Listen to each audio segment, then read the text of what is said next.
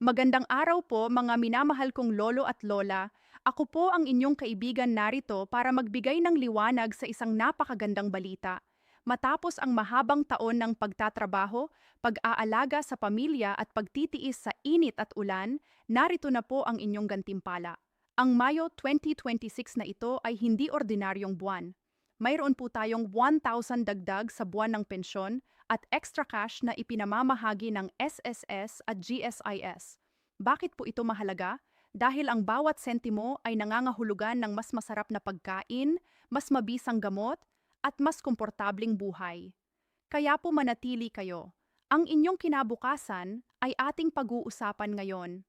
Ang pinagmulan ng magandang balita noong Marso 2026, inanunsyo ng pamahalaan sa ilalim ng Social Security Enhancement Program ang isang malaking reforma para sa ating mga senior citizen. Ang TRAP 1,000 across-the-board pension increase ay bunga ng mahabang pakikipaglaban ng mga samahan, ng mga retirado at ng pagkilos ng Kongreso upang itaas ang replacement rate ng ating pensyon mula sa kasalukuyang 36% patungo sa mas makatuwirang antas. Ano po ang ibig sabihin ng replacement rate? Ito po ang porsyento ng inyong huling sweldo bago magretiro na kayo ay natatanggap bilang pensyon.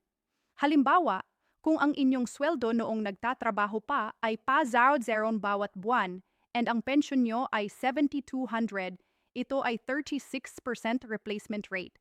Sa bagong reforma, target na itaas ito ng unti-unti hanggang sa makarating sa 50% na sa loob ng 5 taon. Ang increase na ipinatutupad ngayong Mayo 2026 ay ang unang yugtuas ng reformang ito. Kasabay nito, mayroon ding one-time extra cash assistance na ibinibigay bilang tulong sa pag-aangkat ng bigas, pagbili ng gamot at iba pangunahing pangangailangan, SSS versus GSIS. Alin ang makukuha ninyo? Ang mahalagang malinaw po na ang NSS Social Security System ay para sa mga nagtrabaho sa man-pribadong sektor, mga empleyado sa mga kumpanya, tindahan, pabrika at mga self-employed tulad ng mga nagtinda sa palengke o nagmaneho ng tricycle. Samantalang ang GSIS Government Service Insurance System naman ay para sa mga naglingkod sa gobyerno, mga guro, empleyado sa munisipyo, sundalo, pulis, at iba pang public servants para sa SSS pensioners. Ayon sa pinakahuling datos noong Marso 2026, ang minimum monthly pension pound sa SSS ay tumaas mula 2,000 patungong taas 3,000 Oz. Ang maximum pension pa naman na dating nasa 20,000 para sa mga may 40 years of contributions ay tumaas ng kausa 1,000. Ngayon ay 21,000 na po kasama sa anunsyo ang unstaged release schedule o ang pagpapakawala ng dagdag na pondo sa magkakaibang petsa upang maiwasan ang siksikan sa mga sangay at masiguro ang sapat na cash flow. Ang SSS ay naglabas ng extra cash assistance na Y5,000 para sa mga pensyadong may 30 credited years o higit pa at 30,000 para sa mga may 10 to 29 years ng kontribusyon. Para sa GSIS pensioners, ang GSIS naman ay may automatic indexation policy kung saan ang pensyon ay inaayon sa inflation rate at salary adjustment sa gobyerno. Dahil sa Salary Standardization Law 6 na inaprubahan noong Pebrero 2026, tumataas din ang basis ng pensyon ng mga retiradong empleyado ng gobyerno. Ang 1,000 increase sa GSIS ay nailapat sa Old Age Pension, Asian Disability Pension. Dagdag pa rito, mayroong mid-year cash gift na 10,000 para sa mga retiradong may 15 years of government service pataas and ni 5,000 para sa mga may 514 years. Bakit Mayo 2026 ang tuluyang pagpapatupad? Ayon sa Joint Circular Number 2002-603 ng SS-GSIS at Department of Budget and Management, DBM, ang Marso at Abril ay inilaan para sa system migration at data validation. Ito po ang proseso ng pagsusuri sa record ng bawat miyembro upang tiyaking tama ang kanilang credited years of service, CYS, at monthly salary credit, MSC. Ang Mayo ang itinakdang buwan ng full implementation at retroactive payment mula Enero 2026. Ang retroactive payment ay nangangahulugang babayaran ang inyong 1,000 dagdag simula Enero hanggang Abril 2026. Kaya sa inyong unang pensyon ng Mayo, makakatanggap kayo ng per 4,000 retroactive 1,000 kilometer buwan. Bukod pa sa bagong buwan ang pensyon at extra cash assistance ang papel ng digital transformation. Sa kasalukuyang administrasyon, malaking bahagi ng reforma ang digitalization. Ang Barmy SS Portal at Guesses Touch mobile app ay pinalawak upang magbigay ng real-time tracking ng pension, loan balances, at ACOP status. Itinayo rin ang Unified Pensioner ID System na magdudugtong sa SSS at GSIS databases upang maiwasan ang double pension claims at ghost pensioners. Ngayon po, halina at tingnan natin sa pamamagitan ng mga kwento ng ating mga kaibigan kung paano talaga ito makakaapekto sa inyong bulsa. Scenario 1, si Lola Nena, 72 anyos, SSS pensioner. Si Lola Nena ay nagtindangulay sa palengke ng 32 taon. Naging self-employed member siya ng SS at naghulog ng minimum contribution. Nang magretiro siya noong 2018, ang pensyon niya ay MA 3,200 bawat buwan. Dati, April 2026 buwan ng pensyon, 3,200 wala pang extra cash. Ngayon, Mayo 2026, 1,000 increase, 3,200 plus 1,000, 4,200 bagong buwan ng pensyon. Retroactive payment Enero, April 1,000 x 4,000 extra cash assistance 30 years, SIS 5,000. Kabuang matatanggap ni Lola Nena sa Mayo 2026. No 4,200 Mayo pension plus 4,000 retroactive plus 5,000 extra cash. Now's P3200, paano niya ito magagamit? Gamot sa diabetes at high blood. 3,500 bigas at ulam. Buwan ng budget 4,000 bayad sa kuryente at tubig ipon para sa emergency. 2,000 pamasahe at konting luho, 100 mula sa dating 3,200 na halos ubos na sa gamot lamang ngayon ay may natitira pang 100 para sa ipon sa isang taon. Ang dagdag na 1,000 bawat buwan ay may 0 ang sapat na para sa isang check-up sa doktor o emergency na gastos. Scenario 2. Si Tatay Erning, 68 anyos, GSIS pensioner. Si Tatay Erning ay naglingkod bilang utility worker sa munisipyo ng 20 taon. Ang huling sweldo niya ay 18,000. Sa GSIS formula, ang kanyang pensyon ay kumakatawan sa 90% ng average monthly salary sa huling 3 taon multiplied by 2.5% for every year of service. Kalkulasyon ng dati niyang pensyon. Average monthly salary 18,000. 90% ng 18,000 now, 16,200, 20 years x 2.5%, 5% AZ or 50% 1,600 x 50% P at 100 dati niyang buwan ng pensyon ngayong Mayo 2026 in 1,000 increase fate, 100 plus 1,000 and mind 100 retroactive. Enero-April 1 sa x 4 hours and 4,000 mid-year cash gift. 15 plus years, 10,000 kabuo ang matatanggap ni Tatay earning 9,100 plus 4,000 plus 10,000 causing 23,100 pambayad. Utang analysis, mayon pa si Tatay earning na GS Consolidated Loan na may natitirang balanse na 45,000 na ang kanyang buwanang amortization ay 500 dahil sa bagong dagdag na 1,000 mula sa natitirang 5,600 peta, 100, 2,500, ngayon ay may 6,600 na siyang natitira. Pagkatapos bayaran ng utang, pwede niyang dagdagan ang bayad sa utang ng 500 hours bawat buwan upang mas mapabilis ang pagbayad mula 18 na buwan, maaaring maging part buwan na lamang. After Saro 3, si Nanay Fe, si 25 anyos, SSS pensioner na may loan offset. Si Nanay Fe ay dating kasambahay at naging SSS member sa ilalim ng kasambahay law. Naghulog siya ng 15 taon. Ang pensyon niya ay 5 mayroon siyang salary loan na 20,000 noong 2022 na hindi pa nababayaran. Ang clawback benefit offset, ang clawback collection by benefit offset ay ang otomatikong pagbawas sa pensyon upang bayaran ang hindi nabayarang utang. Sa kaso ni Nanay Fe, ang buwan ng bawas ay up 1,000 mula sa 4,500 na titira lamang 3,500. Sa bagong pensyon, Mayo 2026, bagong pensyon 45,500 plus 1,000 para sa 5,500. Less club, 5,500, 1,000 parsa.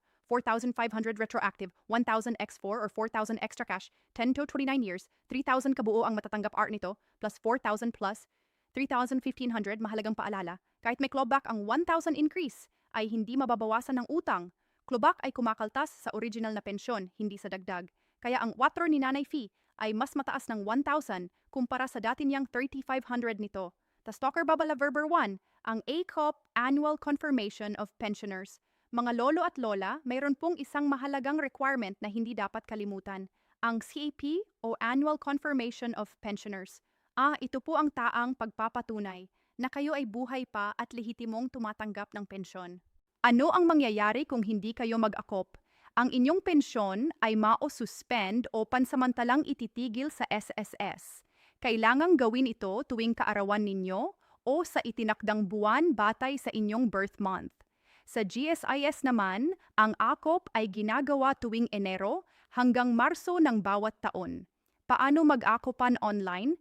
Sa pamamagitan ng My Doses o Gesis Touch app gamit ang inyong smartphone, kailangan lang ng selfie na may hawak na valid ID at petsa. 2. Face-to-face. Sa pinakamalapit na SSS o GSIS branch or sa mga satellite offices sa malls at barangay halls. 3. Home visit para sa mga bedridden or may malubhang karamdaman. Maaaring humiling ng house visit sa inyong branch manager. Mahalaga, kung hindi kayo nag-aop noong 2025, maaaring hindi kayo makatanggap ng extra cash assistance ngayong Mayo 2026. Kaya po kung hindi pa tapos, gawin agad. Trusters babalanurto ang clawback at benefit offset. Tulad ng kwento ni Nanay Fe, marami sa ating mga seniors ang merong outstanding loans sa SSS o GSIS. Ang clawback ay legal at automatikong proseso ngunit may limitasyon ito. SSS. Ang maximum na maaaring bawasan ay 15% ng monthly pension para sa salary loan at 20% para sa calamity loan. Jesus, ang consolidated loan offset ay maaaring umabot hanggang 30% ng monthly pension. Kung ang inyong buwanang bawas ay lumampas sa limitasyong ito, ilapit agad sa branch at humingi ng a reconciliation of account. Minsan, ang system error ay nagdudulot ng sobrang pagbawas. Ipiababala ni mga scam at fake news. Sa tuwing may malaking release ng pera, lalong dumadami ang mga manloloko. Narito ang mga karaniwang modus. 1. Text scam. Nanalo kayo ng 50,000, i-click ang link para maklaim. Huwag mag-click. Ang SSS at GSIS ay hindi nagsusulat ng personal na text na may link. 2. Fake SSS GSIS representatives. May mga nagkukunwaring empleyado na nagsasabing kailangan ng processing fee para sa dagdag na pensyon. Tandaan, libre ang lahat ng serbisyo ng SSS at GSIS. 3. Social media fake pages. Maraming pekeng Facebook page ang gumagamit ng logo ng SSS GSIS. Ang lehitimo lamang ay ang verified blue checks na opisyal na page. Pananggalang, huwag magbigay ng SSS GSIS number, password o OTP noun kahit kanino. Tawagan ang SSS Hotline 1455 o Gasayas Hotline 84747 para mag-verify. Magdala ng kasama sa tuwing pupunta sa branch. Babalap mark staggered release at delayed payments. Dahil sa staggered release schedule, hindi lahat ay makakatanggap sa parehong araw. Ang SSS ay gumagamit ng last digit of SSS number in sa 13, unang linggo ng Mayo. 46, ikalawang linggo, sa 7 sa 9, ikatlong linggo ng year. Huling linggo, kung lampas na sa inyong schedule at wala pa rin ang pera, mag-inquire agad man sa branch. Maaaring may issue sa inyong bank account o nagbago ang inyong enrolled bank. Paano gamitin ang MySES at GSES Touch? Huwag po kayong matakot sa teknolohiya lolo at lola. Madali lang po ito at tutulungan ko kayo para sa SSS MySS portal. 1. Buksan ng tsaus.gov.pe job P sa inyong cellphone o computer. 2. I-click ang member login. 3. Ilagay ang inyong your user ID at password. Kung wala pa, pumunta sa not yet registered, click here. 4. Kapag nakapasok na, hanapin ang backer pension information sa dashboard. Makikita ninyo ang monthly pension amount, credited years of service, loan balance at clawback status. ACOP status. Kailan huling nag-confirm? Para sa GSIS? GSIS Touch mobile app. 1. I-download ang GSIS TouchNum sa Google Play Store or App Store. 2. Mag-register gamit ang inyong EBP number. Find it in your old GSIS ID. 3. Kapag nakapasok, pumunta sa My Pension para makita ang monthly pension, service years, loan balances, mid-year cash gift status. Tip, kung mahirap basahin ang maliit na letra, gamitin ang Macam. Zoom, feature ng cellphone. Ipinch ng pabuka ang dalawang daliri sa screen o kaya humingi ng tulong sa inyong apo ni kapitbahay na marunong sa cellphone. Kung mas gusto ninyong personal na pumunta, narito ang mga payo. 1. Dumating bago mag-8 a.m., ang mga branch ay bukas ng 8-hour a.m., ngunit ang pila para sa senior citizen priority lane ay nagsisimula ng 7:30 a.m. Mas maaga, mas mabilis. 2. Dalhin ang priority ID. Kung mayroon kayong OSCA ID, its Office of Senior Citizens Affairs or Mass PWD ID, ipakita agad sa guard para madirect sa Mass Priority Lane PRAO. Ang batas ay naguutos na unahin ang mga senior at may kapansanan. 3. Kumpletuhin ang requirements. Valid ID, passport, driver's license, SSS, GSIS ID o voter's ID, ATM passbook o bank statement. Kung nagbago ang account, accomplish form, kuhanin sa information counter. 4. Magdala ng maliit na upuan. Minsan kulang ang upuan sa labas. Ang inyong foldable stool ay magiging kaibigan. 5. Uminom ng gamot bago umalis. Kung may maintenance medicines kayo, huwag kalimutang kumain at uminom bago maglakad at pumila. 6. Magdala ng tubig at payong. Mainit sa tanghali at biglaan ng ulan para sa mga hindi makalakad. Tumawag sa SSS branch or Jess Size branch kung saan kayo naka-enroll at humingi ng home service request. Kailangan ng medical certificate mula sa barangay health worker o doktor. Mga minamahal kong lolo at lola, tandaan ninyo, ang bawat sentimo ng inyong pensyon ay pinaghirapan ninyo. Hindi ito limos, hindi ito pabor, ito ay inyong karapatan bilang mga naglingkod at nagtrabaho para sa bayan at sa inyong pamilya. Ang Soror Zero dagdag at extra cash ngayong Mayo 2026 ay isang patunay na ang inyong boses ay naririnig at ang inyong sakripisyo ay hindi nakalimutan. Huwag po kayong mahiyang magtanong. Huwag kayong matakot magreklamo kung may mali. At higit sa lahat, huwag ninyong hayaang manloko ang sinumang magtatangka sa inyong pera. Ang inyong pensyon ay buhay ninyo. Ingatan ito ng husto. Kung nakatulong po sa inyo ang video na ito, paki-share sa inyong mga kaibigan sa barangay, sa simbahan o sa grupo ng mga senior. Marami pa rin pong hindi nakakaalam ng magandang balitang ito. At kung hindi pa kayo nagsusubscribe, pakipindot na po ang button. Araw-araw tayong magkakasama sa paglalakbay na ito para sa mas ligtas, mas malusog, at mas masayang buhay ng ating mga lolo at lola. Mula sa inyong kaibigan, laging nagsasabing, narito ako para sa inyo. Mabuhay po kayo. Hanggang sa muli, ingat po palagi. Paalam.